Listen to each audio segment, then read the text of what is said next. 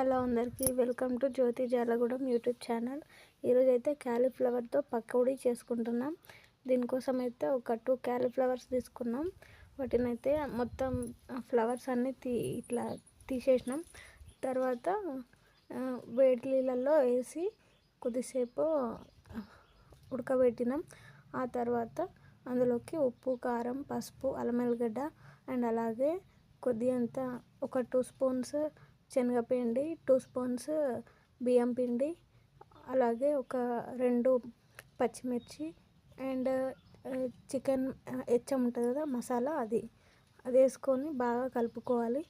కలుపుకున్న తర్వాత ఆయిల్లో డీప్ ఫ్రై చేసుకోవాలి. అంతే, ఎంతో సింపుల్గా క్యాలీఫ్లవర్ పకోడీ అయితే రెడీ అయిపోయింది. టేస్ట్ అయితే చాలా బాగుంది. వీడియో నచ్చితే లైక్ చేయండి, షేర్ చేయండి, అలాగే సబ్స్క్రైబ్ చేసుకోండి.